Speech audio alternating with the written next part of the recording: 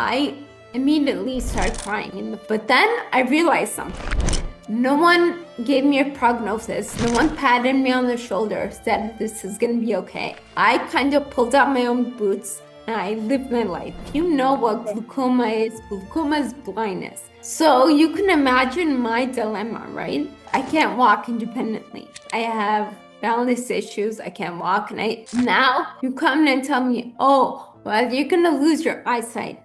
You can imagine what that put me in.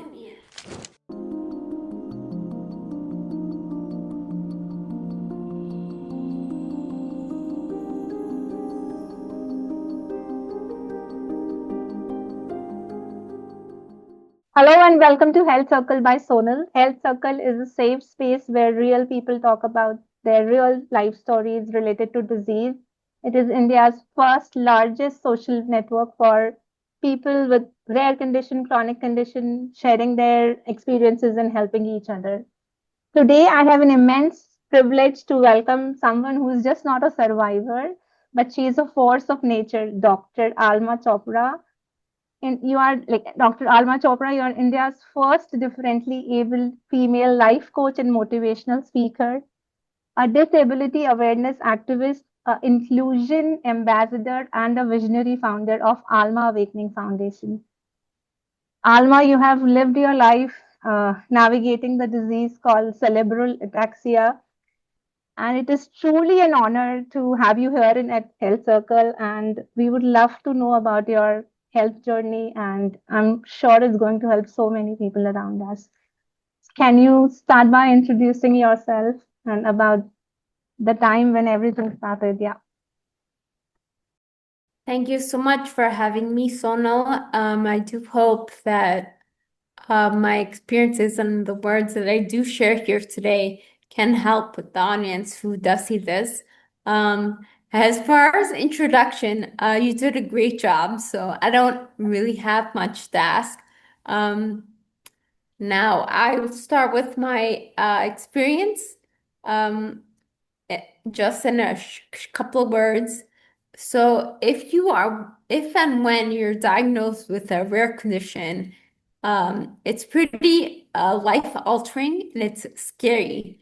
And this was definitely my experience, and what it does if you've experienced it firsthand or even secondhand, it exposes you, the person affected, which includes family and friends, right, into a very dark space.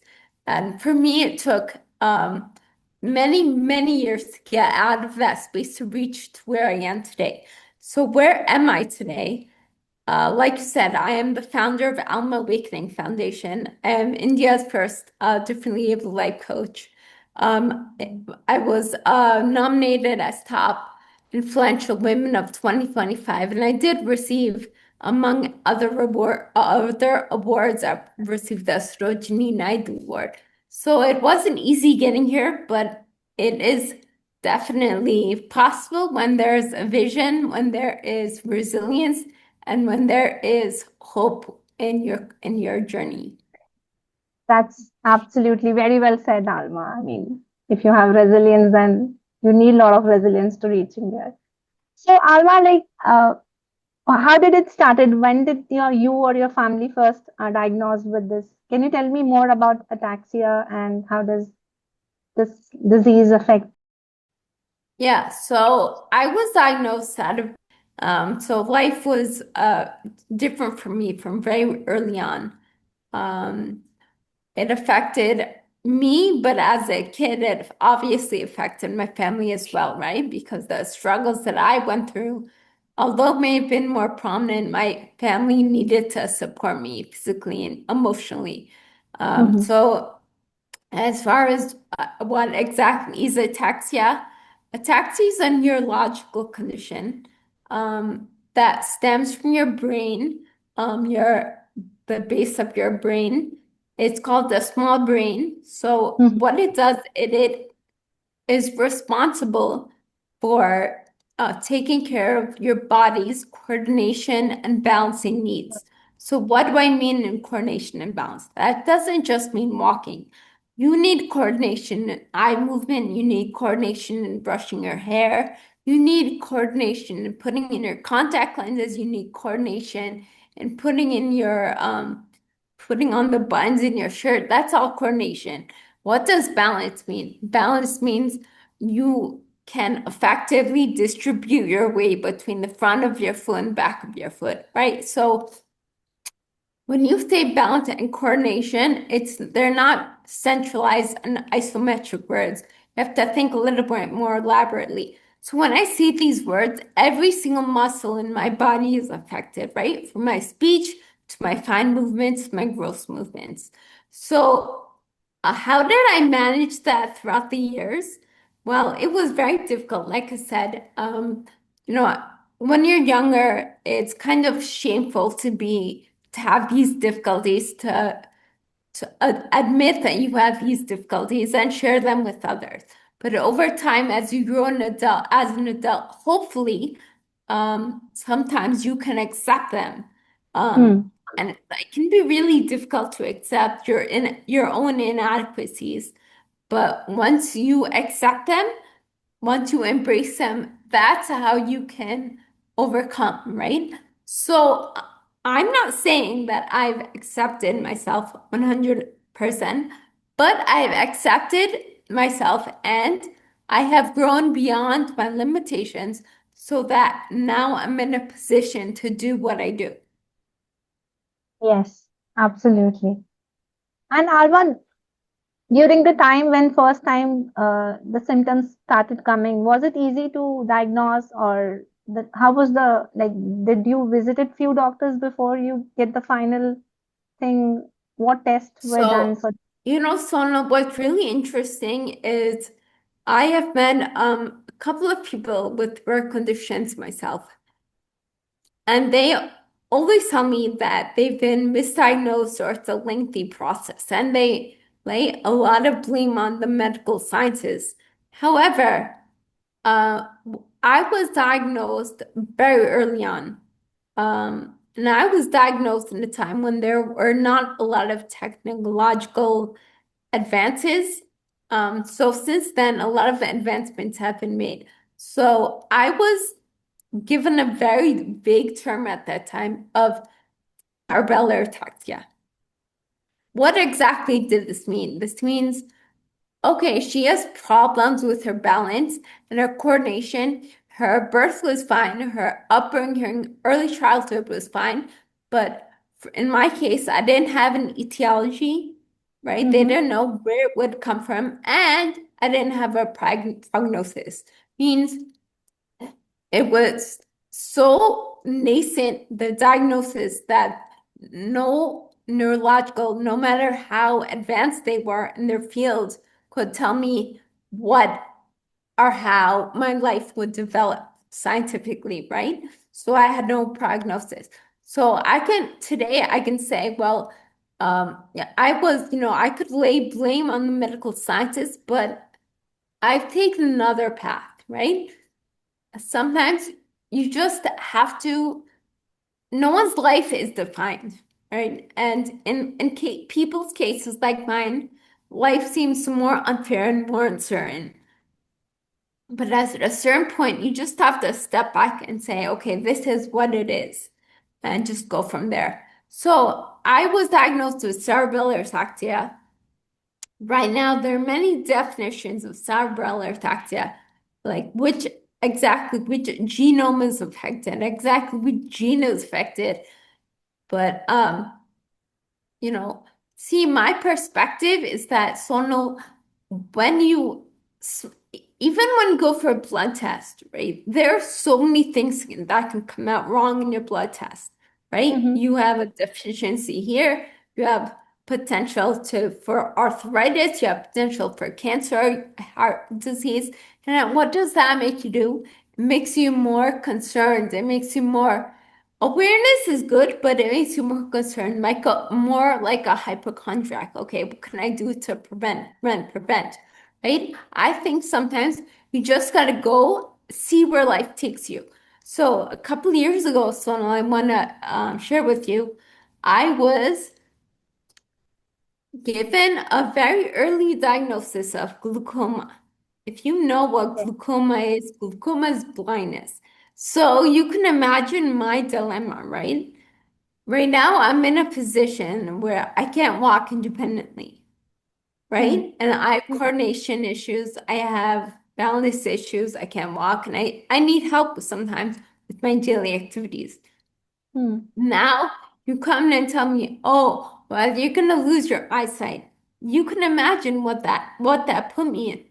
So I was at the doctor's office, and when she told me, uh, I immediately started crying in the first, like, for the first 2 minutes. But then I realized something. I realized when I was diagnosed as a teenager with cerebellar ataxia, no one gave me a prognosis. No one patted me on the shoulder, said this is going to be okay, right? I kind of pulled out my own boots and I lived my life, right? Support, guidance, advice, that's a secondary story. But the point is the central character of the story is me. So I'm the one affected, right? I realized even if I am diagnosed with glaucoma, however I coped with my disability then, cerebellar ataxia is how I would cope with an additional diagnosis of glaucoma.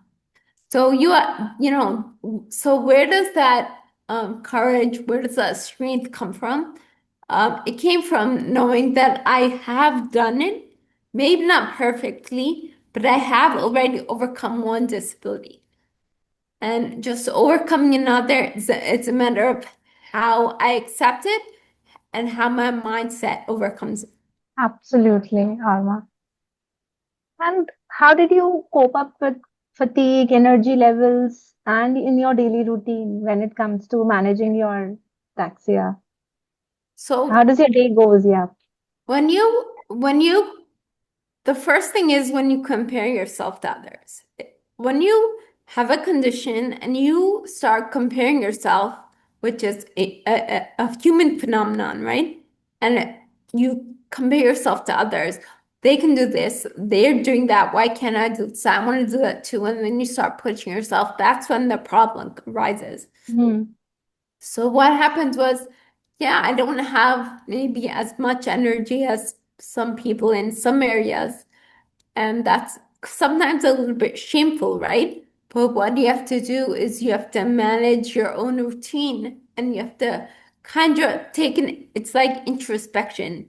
Know what triggers you, know when you get angry, know when you get tired. So I'll give you one example.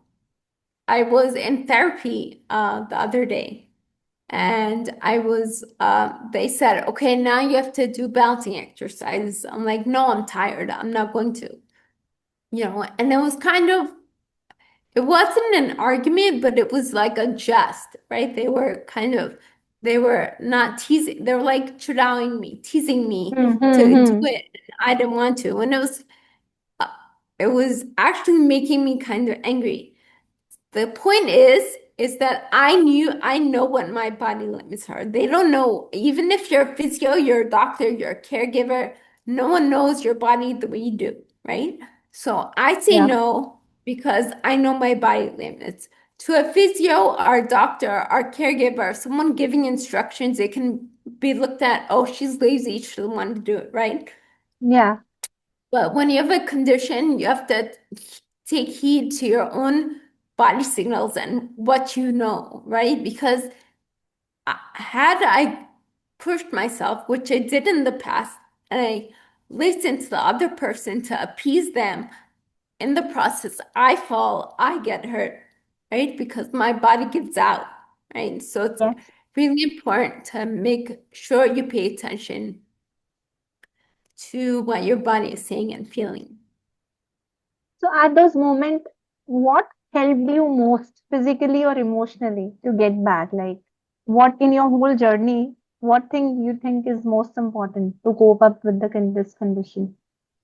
I think in anyone's condition, the very first thing is emotional support. Everyone needs support, right? No matter what your condition is, even obviously without conditions, you need support, but we're talking about conditions here, right? Everyone needs condition. Even if your condition is physical like mine is, it puts a hell of a lot of emotional, mental strain on that individual. So emotional support from your friends, from your family is, I think, one of the most important things. Of course, something that I stress almost equally is your mindset, right? If you have a mindset which is you're afraid, you're avoidant, you're anxious, these are going to keep you stuck in a certain space. So you have to come out of that a little bit. So right now, I have a growth mindset. I'm able to look at a situation, look at the possibilities, and not focus on the negativities. Now, how do I have that mindset? It's yes, it's something you can cultivate, but it's also something that you have to have support. If I didn't have support, I wouldn't have the courage to look at my situation or any problem and look at the possible outcomes or the possible, good things that come out. Yes, Some in a fixed mindset, you're just focused on what can happen, what is going to happen, and just stay in that frame of mind. So I think having a mindset which is positive definitely pushes you forward. that's like beautifully said. One has to be in that mindset. One has to have an acceptance of the things what have happened, and moving forward is the way. So, Alma, I would like to know more about your lifestyle and diet or fitness. What like specific any specific things you would like to tell are the people who are watching us with it and suffering with ataxia? What things really help you? Is it a diet or any fitness plan Um, particularly with? so very honestly, the biggest thing that has helped me is being positive, right? Um, Mm-hmm. whether it be affirmations, meditations, yoga, just calming yourself, right? Mm-hmm. Because at the root of many neurological conditions, which including ataxia, is a hyperactive nervous system, right? Mm-hmm. So maintaining a certain calm is very important. Now, physically, diet plays a huge role. Okay. Um, I know for myself, I am not the best. I'm not the best student when it comes to working with a dietitian because I Mm. like eating things like pizza and pasta and burgers, things like that. Yeah. So when it comes to like adding adrak in your diet and like taking cheese out of your diet, I'm not good with that. I'd like to eat what I'd like to eat. Yes. But you know, having said that, on a serious note, I know that uh, eating right, eating what actually suits your body is very important and helpful. Um, I can give a couple of examples. Um, so I've had a major stomach and digestion issues for the last like 10, 15 years. And I have gone through phases, which means months at a time, or even a year at a time, eating no wheat means no roti, No gluten. which is hard because that's a staple in India. Yeah. I've gone without eating rice, which is also difficult because that's also a staple. I've gone without eating lentils, which I still do, which is not hard for me because I don't like that anyway. So, Alma, I would love to know more about the diet which you followed and how the food thing works around this problem. Okay, so I think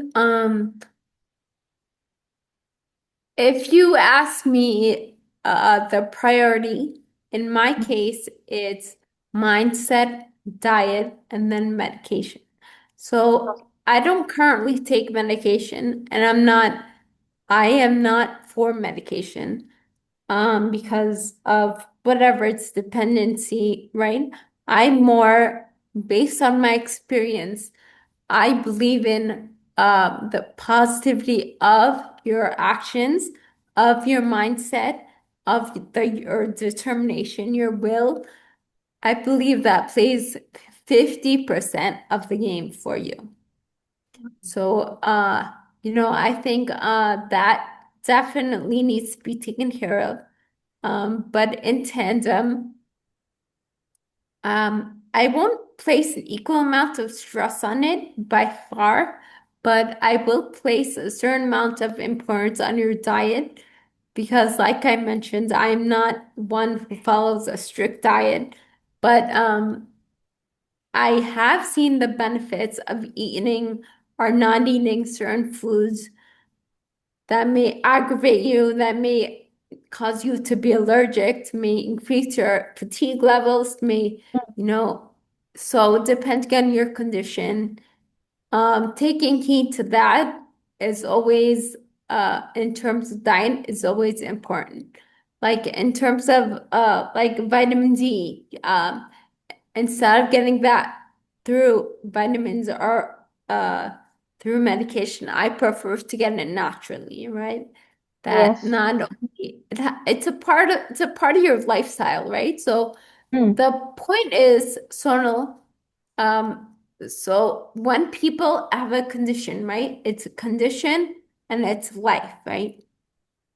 Um, Many people, including me, have said that, oh, well, my condition is interfering in how I live my life, right? Which is natural, which is probably how you think and most people think. But actually, what it is our lifestyle needs to incorporate our condition, right? Okay. And once you fully incorporate your condition and don't separate it from life, that's when you can start, like I said in the very beginning, that's when you can start your journey towards overcoming. Wow. What, like, you just, you're speaking so beautifully. Like, one has to incorporate his or her life according to the condition. This is like, wow. I've never thought that way. Yeah. Stop making me feel so intelligent. It's not. You are. I mean, you see from my eyes, like, you're just a rock star in front of me, like, who's just, your mindset is exceptional, Alma. I mean, Thanks people, so much. people take so many lives to get that mindset. Okay, this is what I have, and let me figure it out. Yeah. That's the courage one I think God has gifted you with, and you are born with it. I think. So, Alma, when it comes to physiotherapy, because this whole condition is somewhere about balancing coordination issues, and since I think still now researches are going on in this condition, and medication is there, but it doesn't help everyone, as you said. So, is it the Mhm. physiotherapy one has to rely on? So I'll take you back to when I was diagnosed, when I was early teenage years. Mm-hmm. Um, so I was a very, very athletic child. Mm-hmm. And fortunately, I had such supportive parents that even when I was diagnosed, my mother especially, she pushed me to continue being active, meaning I would go to the gym. She got a personal trainer for me at home, you know, so, more about my personal journey is I was in denial for the first couple of years because my symptoms were very minor. I Okay. was very young.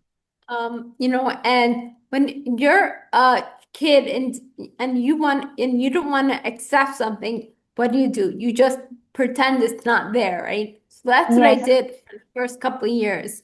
And then all of a sudden, I had an incident and I had to confront that something was wrong, right?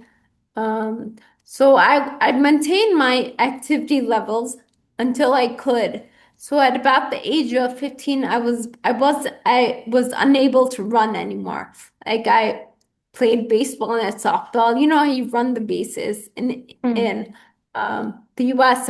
You run bases when you hit the ball. I wasn't able to do that. So at in my mid-teenage years, I was kind of excluded from a lot of physical activities. Um, and I think. that's when my physical levels were needed to decrease, but I still tried to maintain gym, my like going to the gym and all. I'm still an avid gym goer. If you are yourself, you would see me in the gym. I like going to the gym. My mom got a personal trainer for me in the gym. I continued swimming and doing the things that I could do in terms of activity by myself, but activity decreased quite a bit. So that brought me into physiotherapy. So I think being active is crucial in my condition and other physical conditions that require you to be more sedentary because Hmm. your body needs movement, right? So in my case, in the case of ataxia, a lot of people resort to medication. अरे medication काम करने का medication will cope it. But that's not true. Equally and more important is your physical activity because your medication is not going to take care of your body. Your Yes. medication might subdue your symptoms. Hmm. Medication might alleviate something, but it's not gonna bring you to the body levels of a normal, let's say, a person your age who doesn't have a condition. That medication level will not bring you at par with them. But your medication levels will just diminish what it is now. To keep your body going, to keep it progressing, you need Hmm. physiotherapy. You need ongoing activity, right? So physiotherapy in my case is very important for me. Even though it has not been consistent for the past uh, several years, I still do engage, like I said, in gym and yoga, but activity is very important to your condition. And Alma, what was the time when you thought of establishing Alma Awakening Foundation? Can you tell me more about it? What is it? And when did you start with this foundation? So Alma Awakening Foundation, the seed grew about 5 years ago. No, we're in 26, right? About 10 years ago, the seed grew 10, 15 years Wow.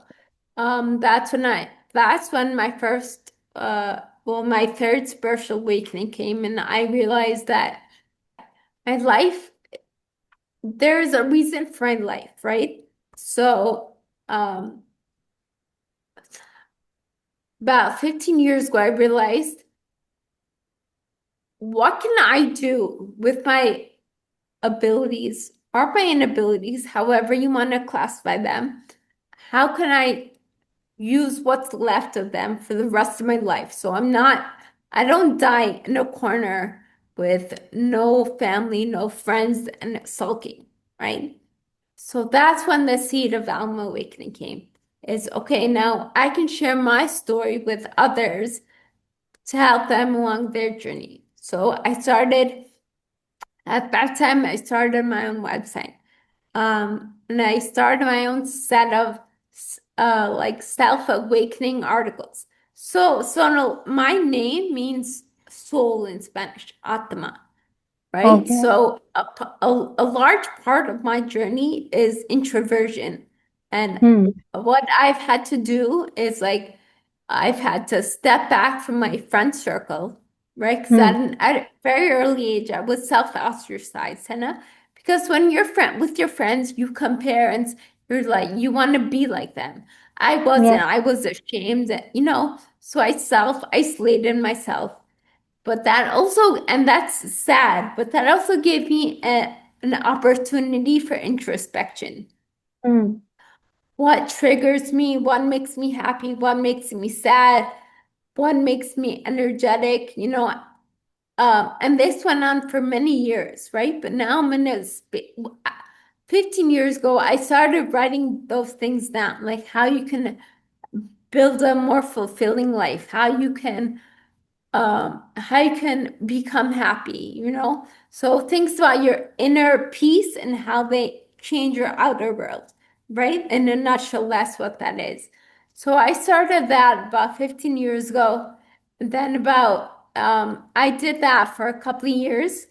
Mm-hmm. And then I was pretty much stagnant. I moved to the US and I was, just living my life. But then about 5 years ago, I established myself in India and I became a motivational speaker.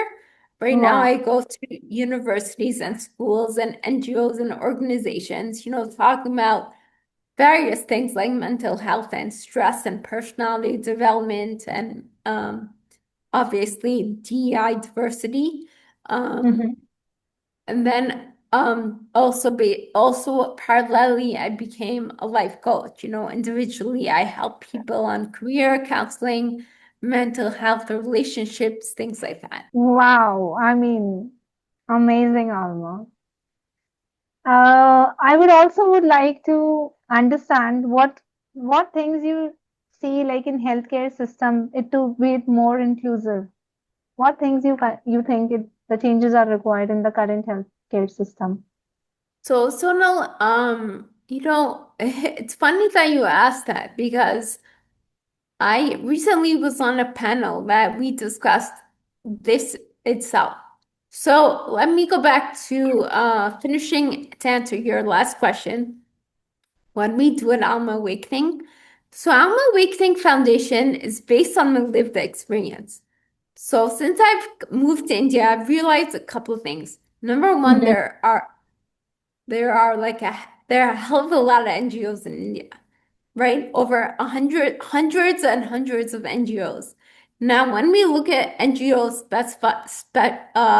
specifically designed for disabilities, we look at NGOs that are working with education, that are Mm-hmm. working with healthcare, Mm-hmm. right? That are working with maybe the rights. All of this is really important.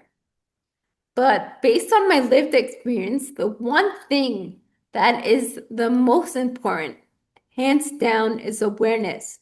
Awareness, what does that mean? That means how you perceive me, how friends, how family perceives me, right? And how's this addressed? Through the media, through movies, right? Um, so while education and rights is really important, and there needs to be attention on that because that does work in parallel with awareness, right? Because if we have a policy for something, that also brings awareness. But the one main thing that I saw that no one was directly working on, right, is awareness. That's what Yes. Alma Awakening works on. We have events, we work with policymakers to bring this awareness, right? One small example I'll give you is in our political system anywhere, um whether we look at advocates, whether we look at ministers, do you see any people with disabilities on that, let's say it's a stage? Do you see anyone with disabilities on that stage?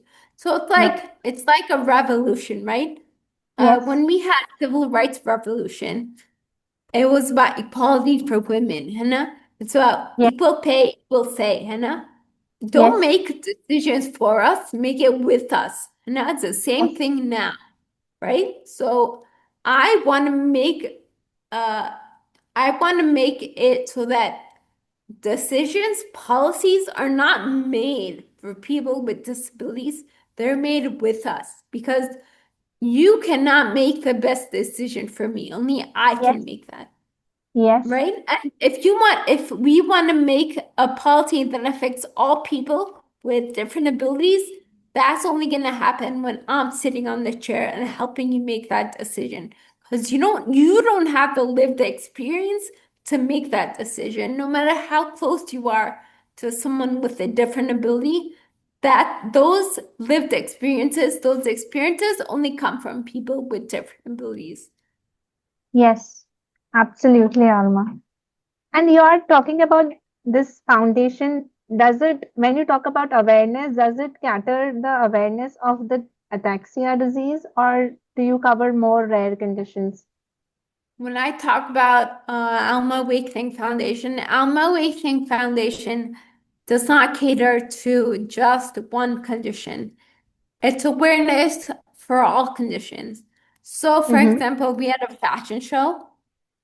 Mm-hmm. In that fashion show, we had people with Down syndrome, we had people with visual impairments, autism, right? It's for me, even though I have a specific condition, it's not about my condition. It's not about any of the 21 or 100 different conditions we have around the world. It's Mm-hmm. about just accepting all differences, right? That's Yep. what my that's what my foundation is. That's what we stand for. What is your message to people around you, the communities? How can they better support individual with which are different with different abilities?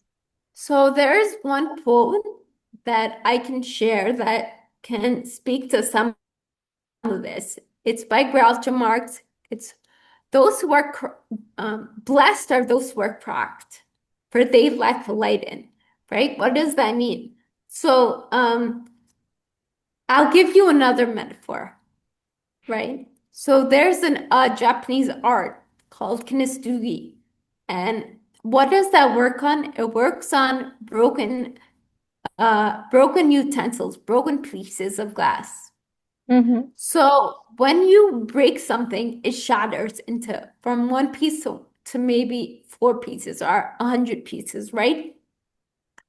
And then we usually think, ye kura hai, there's no use of this, right? Mm-hmm. But what they do in Kinestui is they repair it with golden glue. So what comes out is a pot which is actually more beautiful than the previous one, right? Because it highlights where it was cracked. And now, Yes. so if you go back to the quote that I gave you, if that glass didn't shatter, it would never have had the opportunity to have that golden glue to highlight its broken pieces and to let the light in, right?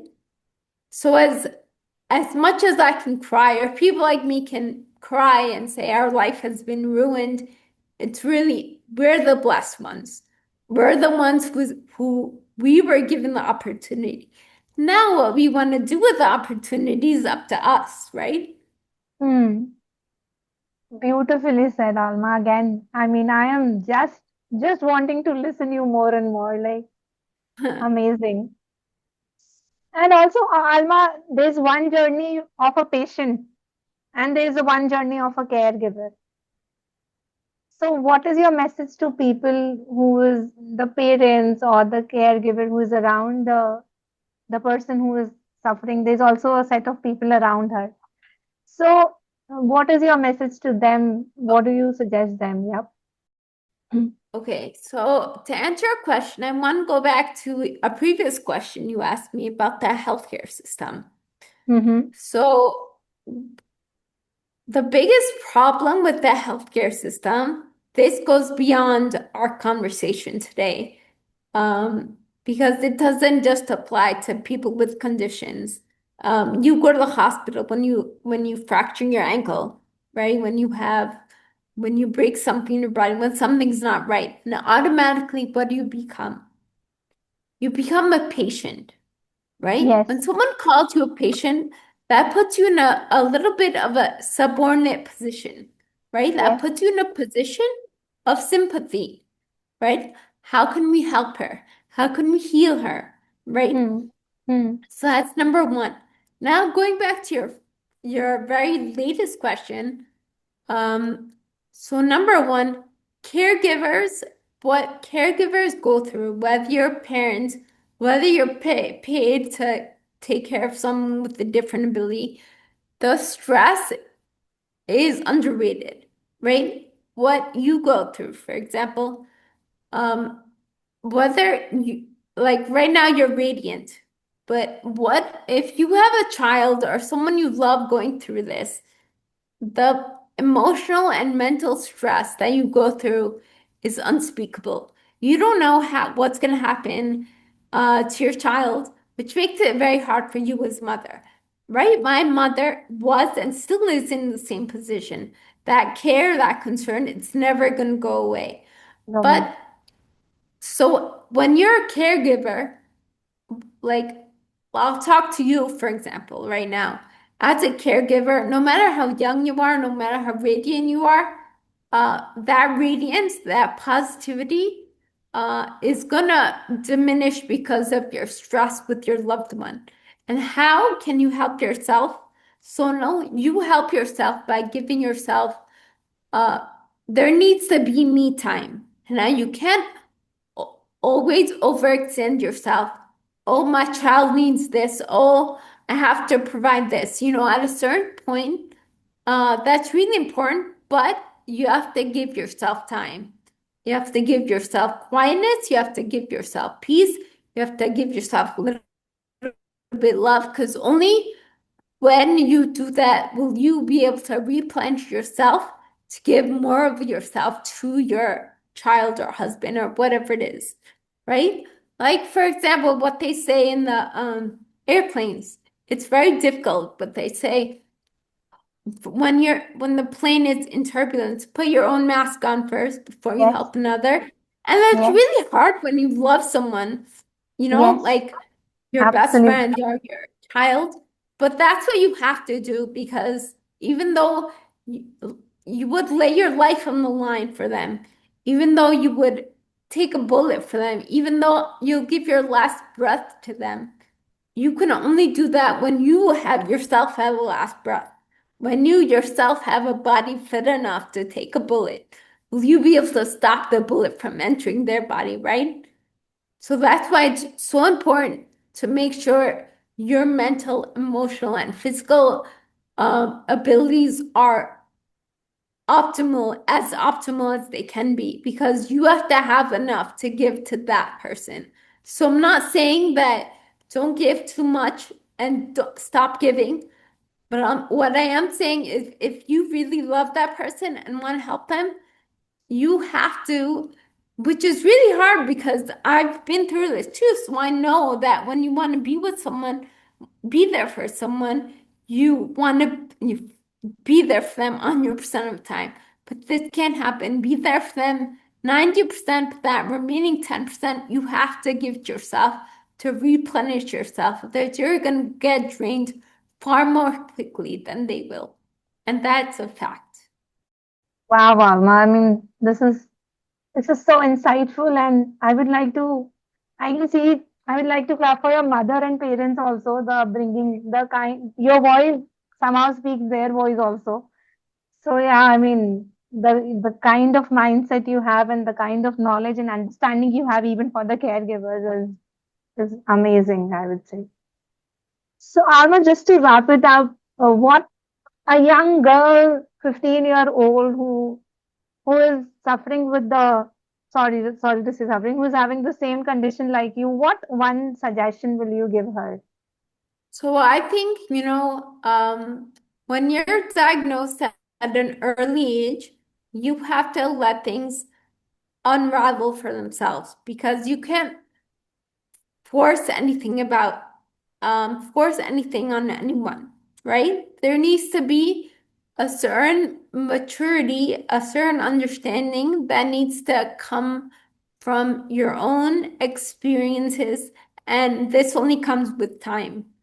But one thing, the only thing that I will say, uh, for a girl or boy going through this at an earlier age, is number one, is that this too shall pass, right? So when you're going through a hardship for anyone, when they're going through anything, I know it's very hard to realize this when you're going through turbulence, but time is never transitory. No, I'm sorry. Time is always transitory. Means it's always changing. So time never stands still. What you're feeling in this moment, it may feel like a rock on your heart. It may feel like sans pineata, but tomorrow, I'm not saying it's going to be better. I'm not saying the pain is going to go away, but it's tomorrow is another time. And slowly your time changes every single minute, every single day, every single year. Time changes, experiences changes, you learn things. And that's the one thing that I'll say is this too shall pass. Um, so when you understand that, which is a very kind of big concept to grasp, you'll understand that whether you're sad, whether you're angry, whether you're fearful, it's gonna change. You're not gonna stay in that state for forever, right? That's number one. But number two is what I would say if in hindsight, now I look at myself, I will say just to accept yourself, which is very hard to do, especially when you're a younger person and you think you have flaws. But what young people don't understand is, or even older people, is it's your flaws that make you beautiful. It's your flaws that make you Sonal. It's the flaws that make you Alma. It's what makes you unique, right? If I didn't Yeah. have these experiences, I wouldn't have this intelligence. If you Yes. didn't have your experience, you wouldn't have that beauty and the beauty Yes. that I see on your face, the smile, right? Yeah. So everything comes from experience.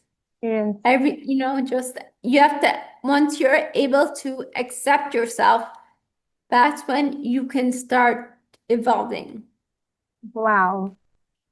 So rightly said, Alma. Acceptance is important, mindset is important, then working on the condition is important, and then we learn from our experiences, and everyone has a flaw, as you said. This whole conversation was extraordinary, Alma, I would say. You've just not answered the questions, but you have just opened my heart. And truly, as a mother and with all my life experience, you've opened my eyes also as a caregiver and how one should see the life. I wish and I hope now everyone listening to us today can take something from Alma, like the way she is you are taking your life. I wish many people can do the same. And even with health condition or without health condition, it is so important to accept things and to work with a mind. So everyone listening to us today, I will urge you to please go and check out for Alma Awakening Foundation and join her for growing the movement of compassion and change. The links to her foundation website and Instagram is all in the description below. And on behalf of everyone, Alma, I would thank you from the bottom of my heart. Thank you for your courage, your grace, and your unwavering belief that everyone can live the way they want in their own terms. I'm truly taking a lot of guidance from you today, and I just wish everyone, as I said earlier, should take all the knowledge and the abilities you have to how you see the life is very beautiful to just know it. Thank you so much, Alma. Thank you for having here with Health Circle, and thank you so much. Have a good day. Thank you so much. Thank you so much for having me, Sonal, and giving me the opportunity to spread my learnings and experience to more people. Thank you so much, Alma. Thank you. Thank you. Our pleasure. Bye.